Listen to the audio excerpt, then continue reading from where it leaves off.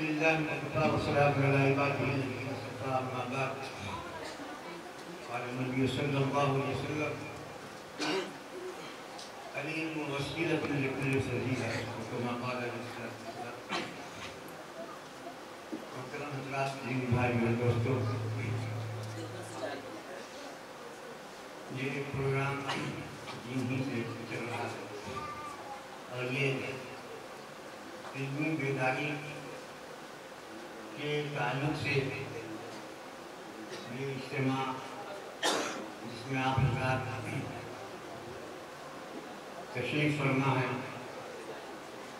اسی سے اس کا تعلق ہے، اور بچے اور بچیوں نے پروگرام بھی پیش کیا ہوگا اور ان کی پروگرام سے آپ حضرات کافی محظوظ ہوئے ہوں گے اور آپ کے دلوں کے اندر امنگ جاگا ہوگا اور آپ کے دل و دماغ کے اندر بات آئی ہوگی کہ ہمارے بچے بھی اسی انداز سے علم حاصل کریں اور پروان چڑھیں اور جس سوریا پہ پہنچیں.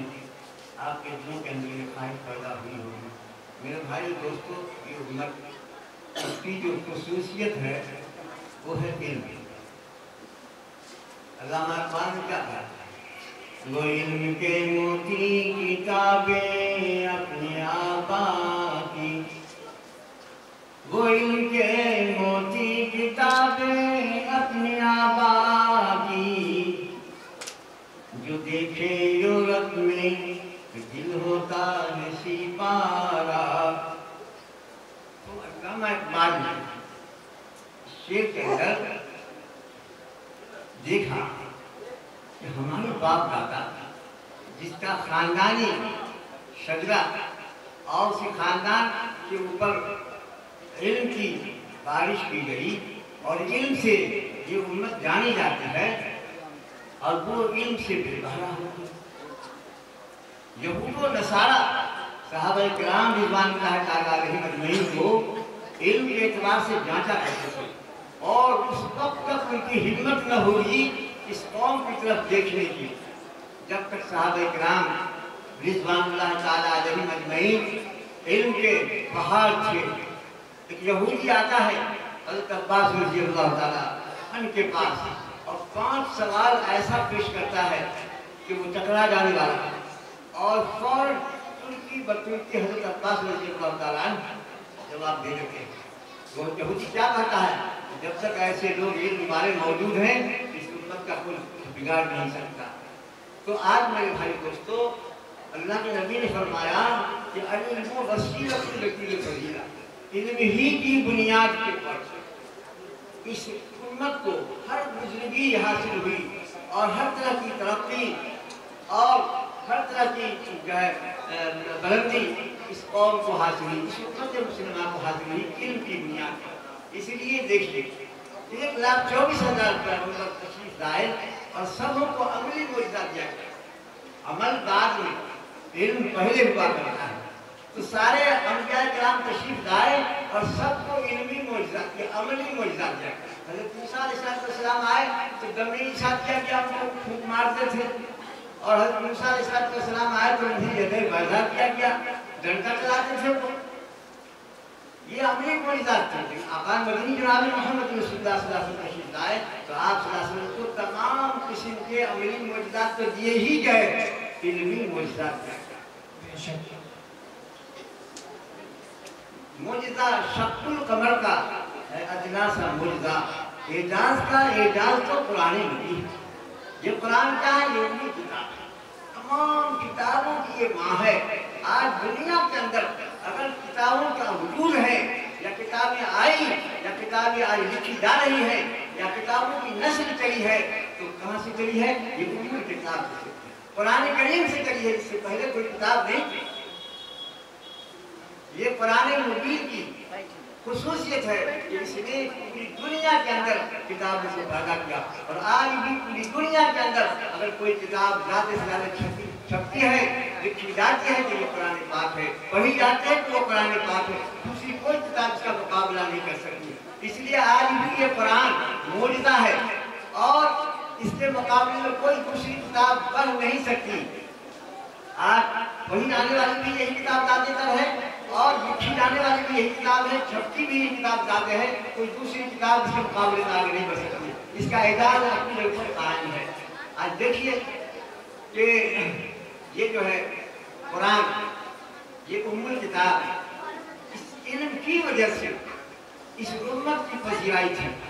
یہ امت بلندی کے میناروں پر تھی، لیکن آج علم کی کمی آ گئی، جس کا نتیجہ یہ ہے کہ آج ہم ذلت و خواری کے اندر مبتلا ہیں۔ میرے بھائی دوستو، آج دوسری قومیں یہ سوچ رہی ہیں، کیوں سوچ رہی ہیں؟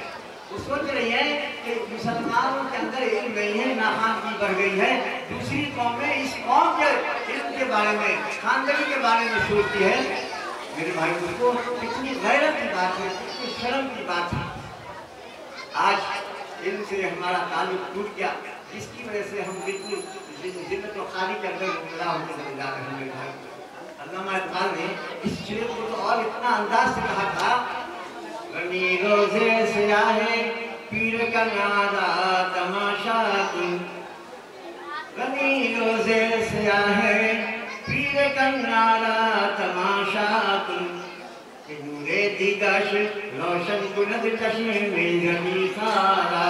پیر کا نام کہتے ہیں حضرت یعقوب علیہ السلام کو۔ حضرت یعقوب علیہ السلام کے گھر ایک نور پیدا ہوا، ایک نقطۂ جگر ان کو جو ملا وہ یوسف جیسا تھا۔ بتائیے یوسف علیہ السلام کے مقابلے میں حسن والا کوئی تھا؟ نہیں تھا۔ جس کا بیٹا یوسف ہو، جو اپنے حسن کے اندر اور اپنے جو ہے کمال کے اندر سب سے یکتائی روزگار ہو، اور اس کے باپ کی حالت دیکھا آپ نے کیا؟ حضرت یعقوب علیہ السلام فراق یوسف روتے روتے ان کی آنکھیں اندھی ہو گئی۔ اس کو علامہ اقبال نے کیا کہا؟ اس میں ترمیم کا استعمال کیا ہے، واقعہ سے حضرت یعقوب علیہ السلام کے واقعے کو پیش کر کے، اور بتانا کیا چاہتے ہیں کہ وہ اس قوم کے ساتھ آ گیا۔ وہی معاملہ امت مسلمان کو درپیش آ گیا ہے کہ حضرت یعقوب علیہ السلام کا ویسا جان سا بیٹا، حسن و کمال کا وہ طیب وہ مجمع، اور ویسا بیٹا رہتے ہوئے ہے یعقوب علیہ السلام روتے روتے ان کی آنکھ اندھی ہو گئی، اور بیٹا بیٹا کرتے رہ گئے، آنکھ اندھی ہو گئی۔ اور یوسف علیہ السلام کا حال کیا ہوا کہ ان سے فائدہ کس کو ملا؟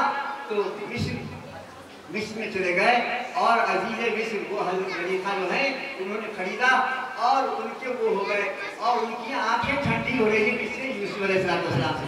تو بیٹا یعقوب علیہ السلام کے، اور فائدہ کہاں؟ مصر کو پہنچ رہا ہے، اس کی زلیخا کو پہنچ رہا ہے، اس کے حسن و عشق پر وہ عاشق ہو رہی ہے، تو فائدہ یہ ہو رہا ہے۔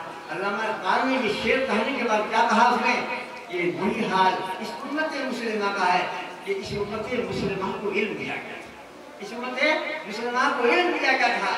ہمارے گھر کی چیز تھی، اس علم سے ہم اٹھتے، ہم دنیا کے اندر شورائے آفاق بنتے، ہم دنیا کے اندر جو ہے آسمان پر کمندے ڈالتے، جب تک ہمارے صحابی اسلاف کے اندر اور ہمارے پرکھوں کے اندر علم تھا، وہ پوری دنیا اس سے لرزتی تھی۔ صحابہ کرام رضوان اللہ تعالیٰ علیہ مجمعین کی حالات کو دیکھیے، وہ صحابہ کرام علم کے پہاڑ جب جاتے ہیں جنگلوں کے اندر یا افریقہ وغیرہ کے اندر، تو لوگ وہ دبدبہ کا اس علم کا یہ حال تھا کہ عورتیں دیکھتی تھی تو ان کے حمل گر جاتے، اور لوگوں نے جب دیکھا ان کے چہروں کو تو گھر میں گھس گئے، دلی آ گئی، لوگ کا اتنا اثر پڑتا تھا میرے بھائی کو۔ تو یہ صحابہ کرام علم کے پہاڑ تھے، تو ان کے روح و دبدبہ کا حال یہ تھا کہ لوگ میدان چھوڑ کے چلا جاتا تھا، تو علم والے تھے اس وقت۔ لیکن آج کیا ہوا کہ علم آج ہمارے گھر سے، ہمارے خاندان سے، اس امت مسلمہ سے علم رخصت ہو گیا، اور رخصت ہونے کے بعد اس علم سے فائدہ کس کو ملتا ہے؟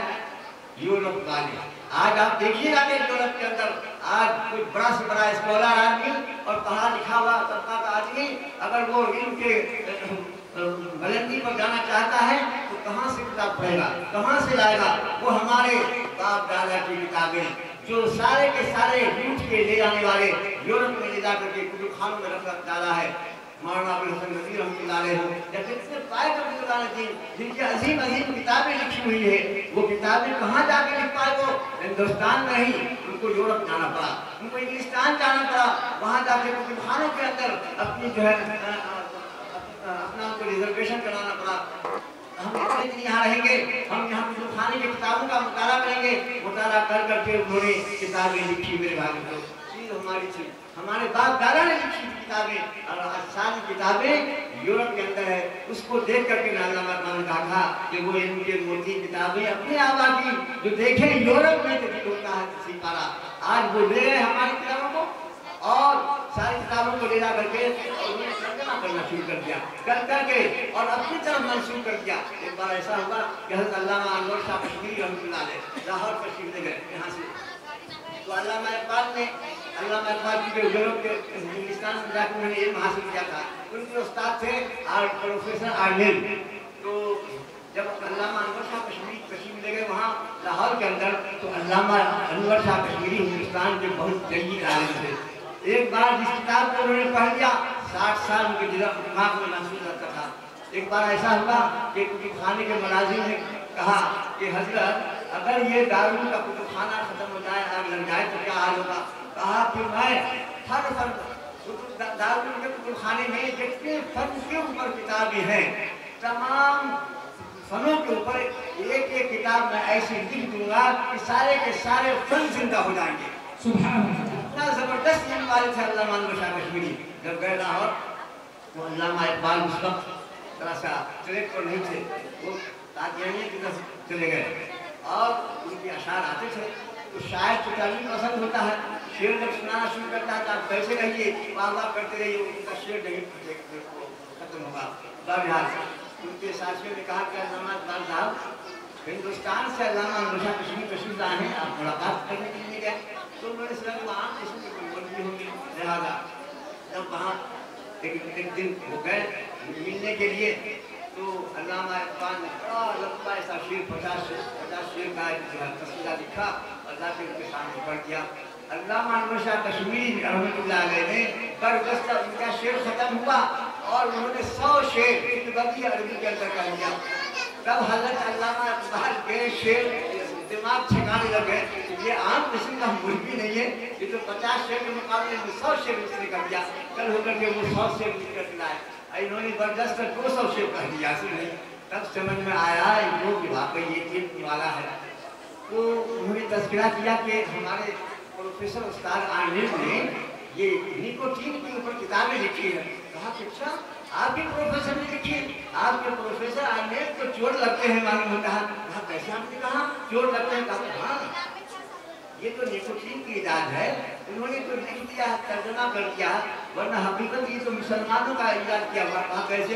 कहा कि आज भी चले हमारे कुतुबखाने के अंदर, जानकर कुतुबखाने के अंदर वो किताब अब्दुल्ला बुस्तानी की लिखी हुई 700 हिजरी में वो किताबें लिखी गई, जो जिन्होंने अरबी की ज़बान के अंदर शरह बस के साथ निकोटीन की इजाद के ऊपर उन्होंने किताब लिखी है 700 हिजरी के अंदर, उसी का तर्जुमा इन्होंने कर दिया। उसी को अल्लामा इकबाल ने कहा बात उतर करके कि वाकई हमारे बाप दादा की किताब लिखी, आज यूरोप वाले ले गए और उसको उस इल्म को हासिल करके आज पूरी दुनिया के ऊपर हुकूमत कर रहे हैं। लेकिन आज ये मुसलमान जिसके घर की मुर्गी थी और वो आज बिल्कुल नाखाना हो गया, आज इल्म तक नहीं, तहजीब भी नहीं, तरबियत कुछ नहीं। मेरे भाई दोस्तों, मुसलमान का कोई कल दुरुस्त नहीं, कोई कल दुरुस्त नहीं है, बल्कि ये तो ऐसे हैं कि हम लोग जो चलते फिरते हैं, एक शक्ल है, जानवर की शक्ल है, कुछ इंसानियत और आदमियत का कोई खूब हमारे अंदर नहीं है भाई दोस्तों। तो पता ये चला कि इल्म हमारी चीज़ थी, हम लोगों ने उससे मजबूत नहीं किया, उससे जो है गर्दानी की। उसका नतीजा ये हुआ कि आज यूरोप वाले ले गए, इसकी कदर और कीमत समझते हैं, उसको इल्म हासिल करते हैं। आज उस इल्म की बुनियाद पर पूरी दुनिया के अंदर सुपर पावर बना हुआ है और हर जगह अपने झंडे लहरा रहा, अपने तमंजे फैला रहा है मेरे भाई दोस्तों। और मुसलमान ये है कि सीना को बिगड़ रहा, क्या मुसलमान नाखाना हो गया, मुसलमान तो जाहिल हो गया नहीं। और आपके जहालत को जो है रोशनी बख्शने के लिए आज पार्लियामेंट के अंदर टीमें मुकर्रर की जाती हैं जो मुसलमानों को भी इतना रुपया दिया जाए, ये फंड दिया जाए, उनकी तालीम के सुधार के लिए, उनके बच्चों के अंदर सुधार आए, इसके लिए आज दूसरी कौमें सोचती है या ये कितने शर्म की बात है, कितनी बेहयाई की बात है कि जिसके नबी ने हमें इल्म से आरास्ता किया था और हम इल्म वाले समझे। एक मिसाल आपके सामने पेश करके मैं अपनी बात खत्म करता हूँ। इल्म की पसीराई हमेशा रही।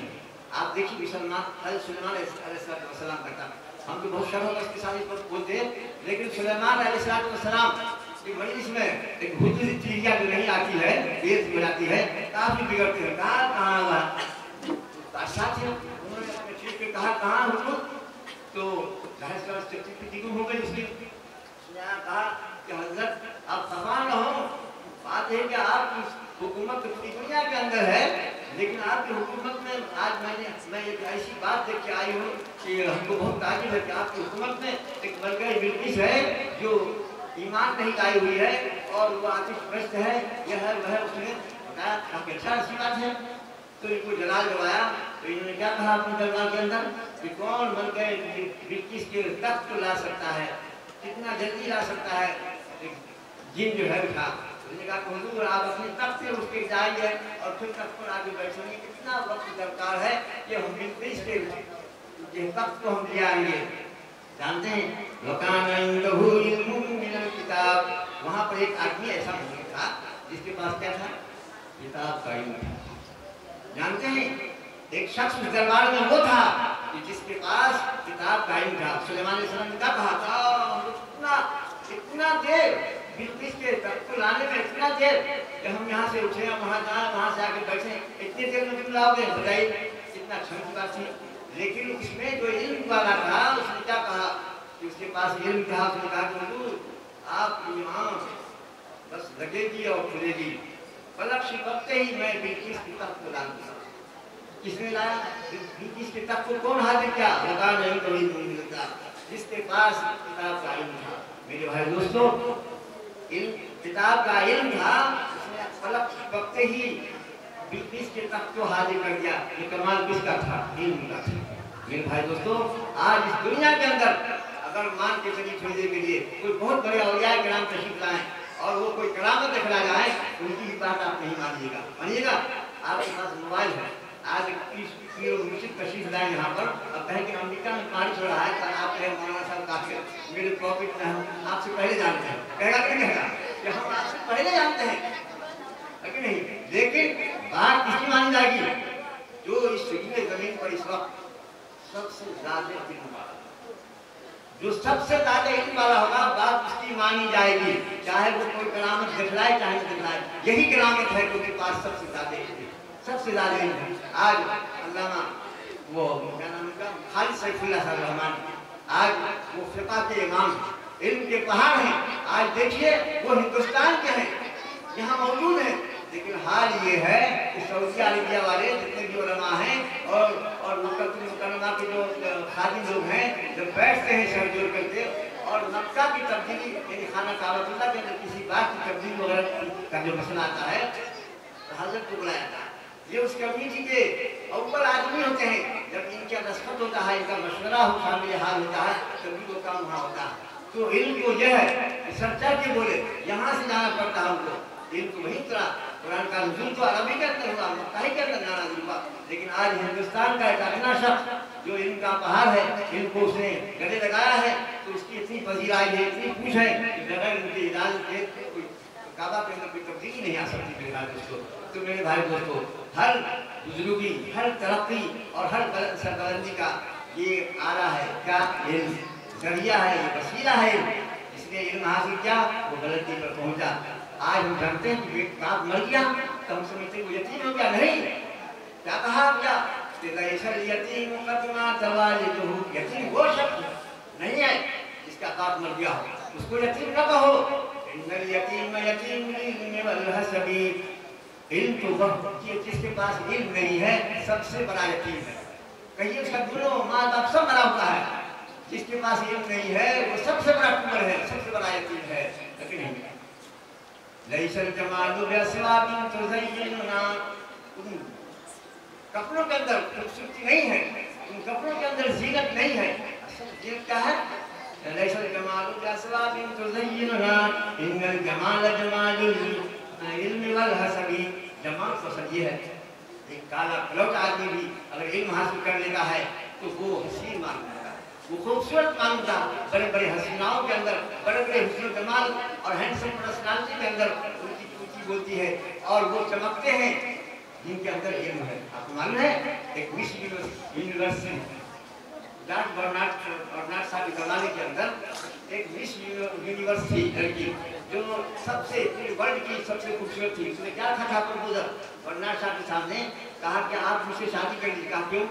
कहा कि मैं यूनिवर्स मिस यूनिवर्स यानी सबसे खूबसूरत लड़की हूँ, आप मुझसे शादी कर लीजिएगा। और आप जो है वर्ल्ड के सबसे बड़े इल्म वाले हैं, आपको मुफक्किर जाना जाता है, आपको आपके सबसे बड़े इल्म वाले माने जाते हैं। आप सुनिए, हम दोनों आदमी निकाह करने शादी करने तो लड़का जो होगा वो हसीन भी होगा और इल्म वाला भी होगा। शादी का जवाब दिया था, कहा ऐसा हो सकता है कि बच्चा तो हमारे जैसा हो जाए और दिमाग तुम्हारे जैसा आ जाए, यानी काला कलौटा बच्चा पैदा हो जाए और दिमाग तुम्हारे जैसा हो जाए, गोबर गणेश हो जाए। ऐसा नहीं, ऐसा होता है, इसलिए इनसे हम नहीं करेंगे। समझा कि नहीं? तो इल्म तो ऐसी चीज है मेरे भाई दोस्तों कि जहाँ चला जाए, जिस खानदान में चला जाए, वो खानदान बुलंद हो जाए मेरे भाई। तो अल्लाह ताला से दुआ फरमाइए कि अल्लाह ताला हमारे बच्चे और बच्चियों के अंदर इल्म की जोत जगा दे और इल्म हासिल करने का इनके अंदर जज्बा पैदा कर दे। और आप लोग भी इसमें खूब मददगार होइए और इनको अपनाइए। इनसे मेरे भाई तरक्की होगी, सरबलंदी होगी, अच्छी होगी इंशाअल्लाह।